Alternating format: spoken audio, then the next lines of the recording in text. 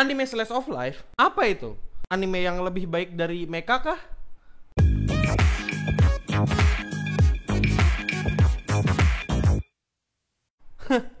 Mecha. Halo Indo Gamers, para wibu denial. Selamat datang lagi bersama gua, host yang paling kalian cintai, Admin Yami. Dan selamat datang di acara Wibu Lokal. Acara akan membahas anime, manga, dan jejepangan lainnya. Jadi hari ini aku mau membahas apa itu anime slice of life dan kenapa kau perlu nonton anime dengan genre slice of life ini. Kalau kita ngomongin anime biasanya penuh dengan hayalan. Karena dengan anime, animator dan si pembuat karya itu bisa mengekspresikan segala macam hayalannya atau mungkin imajinasinya ke dalam bentuk gambar yang bergerak. Anime itu ceritanya nggak melulu soal action atau segalanya tentang sesuatu yang berkaitan dengan isekai atau robot gede atau melawan kejahatan. Tapi anime itu juga punya yang namanya genre slice of life. Slice of life itu adalah cerita yang memuat cerita tentang kehidupan atau cerita tentang keseharian. Buat kau yang mungkin gak punya kehidupan, mungkin anime ini cocok buat kau karena ini anime bener-bener punya cerita tentang kehidupan yang mendekati realita. Realita yang kumaksud di sini nggak bener-bener sama dengan kehidupan nyata. Karena jelas anime ini isinya cuma imajinasi.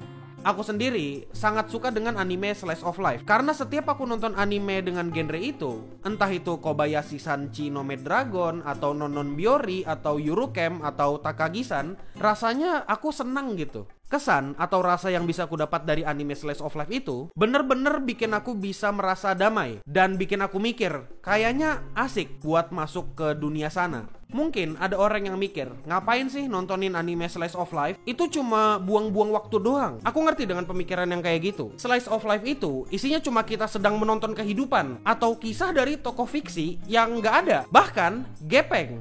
Ngomongin slice of life juga ya pasti ngomongin kehidupan. Selama pandemi ini kau juga jarang keluar rumah pastinya. Atau biasanya juga kau emang nganggur dan gak punya kerjaan. Aku bakal kasih kau nasihat. Nggak, bukan aku, tapi Kanekil. Sebentar aku panggil Kanekil.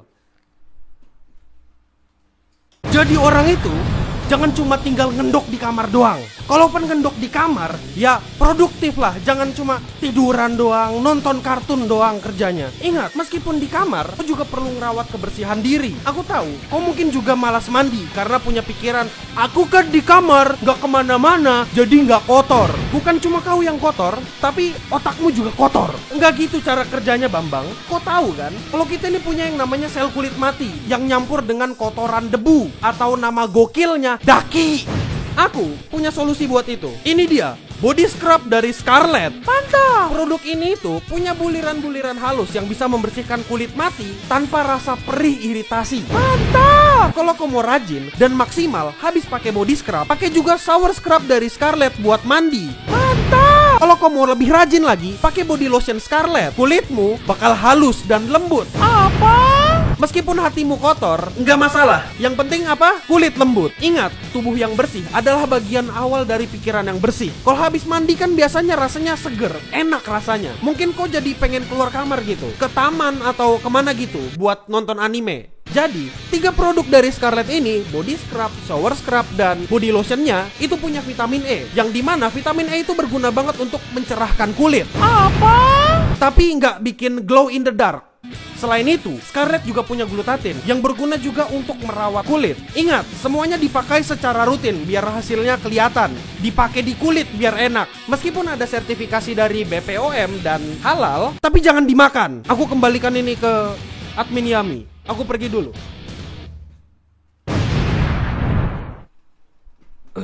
Aku sendiri membagi anime slice of life itu menjadi 2 bagian. Yang pertama, slice of life nyantai. Yang ku maksud dengan slice of life nyantai ini adalah anime yang punya cerita ringan banget dan isi ceritanya bener-bener ngikutin keseharian dari tokoh utama dan teman-temannya. Anime slice of life nyantai biasanya nggak punya banyak cerita yang berarti banget karena biasanya nggak ada konflik besar yang bener-bener terjadi. Kalau kau tanya ke aku, apa yang bisa bikin anime ringan ini asik buat ditonton? Aku cuma punya satu jawaban.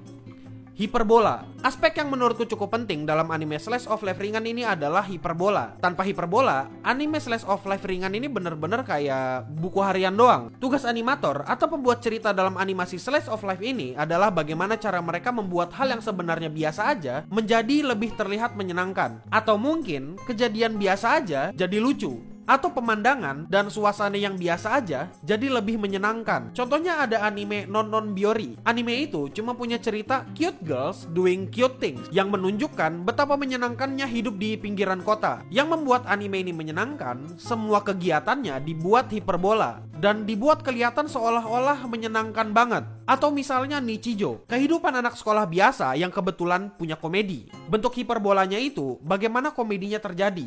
Ada kepala sekolah gulat sama rusa, atau laser keluar dari mulut orang yang digigit anjing. Takagi-san juga, ceritanya tentang dua anak sekolahan yang saling ganggu sebagai cara mengungkapkan perasaan sukanya. Dan hiperbolanya adalah bagaimana ekspresi atau reaksi mereka saat saling mengerjai. Seperti yang kubilang, yang membuat anime-anime slice of life itu menyenangkan untuk ditonton adalah hiperbola. Entah itu hiperbola kegiatannya, romansnya, atau komedinya. Terus, golongan selanjutnya ada slice of life yang gak nyantai. Maksudnya punya cerita yang berat, dan biasanya berat karena dramanya. Kalau tadi anime slice of life nyantai menitik beratkan di hiperbola kehidupan, di slice of life yang gak nyantai ini, mereka menitik beratkan di drama. Meskipun beratnya gak berat-berat banget, anime slice of life ini bisa bikin kau nangis, atau tahu-tahu bisa bersimpati dengan karakternya. Kalaupun gak nangis, mungkin kau bisa merasakan roller coaster emosi dari anime ini. Banyak kok contoh anime-anime slice of life yang kayak gini. Misalnya Violet Evergarden, yang dimana inti dari anime itu adalah kau mengikuti kesehariannya Violet dan perkembangan Violet dari waktu ke waktu. Dari Violet nggak terbiasa hidup bersosial, sampai dia bisa merasakan sedikit hidup bersosial. Ada lagi misalnya Anohana. Memang di awal-awal mereka punya cerita santai,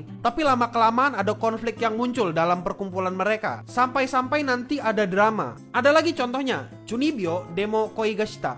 Itu anime memang punya komedi dan cerita tentang sekumpulan anak-anak yang punya delusi. Tapi di sana juga ada drama cinta-cintaannya. Jadi, kesimpulannya adalah slice of life itu nggak melulu soal cute girls doing cute things. Tapi masih banyak jenis slice of life. Kalau misalnya kau lagi capek atau lagi pengen nonton sesuatu yang punya drama atau dekat dengan kehidupan sehari-hari, mungkin slice of life ini cocok buat kau. Ada yang bilang anime slice of life itu sebenarnya tontonan orang tua. Sebenarnya, ini video rekomendasi anime slice of life yang kusuka. Jadi, ingat-ingat anime apa aja yang sudah kusebutkan dan coba kau tonton. Aku malas bikin video 10 anime yang slice of life tapi ceritanya kiamat. Ya udah itu aja dulu, dan itu rekomendasi animeku. Jangan lupa subscribe Clean Sound dan Clean Sound Live, nyalakan juga lonceng notifikasinya biar kalau kami ada upload video atau kalau live bisa munculnya di HP-mu notifnya. Dan jangan lupa juga untuk follow Instagramku di @admin_yami kalau kamu mau dapat info tentang aku lebih cepat. Ya udah mungkin itu aja dulu. Terima kasih sudah nontonin videonya para Indo Gamers. Stay clean and sound.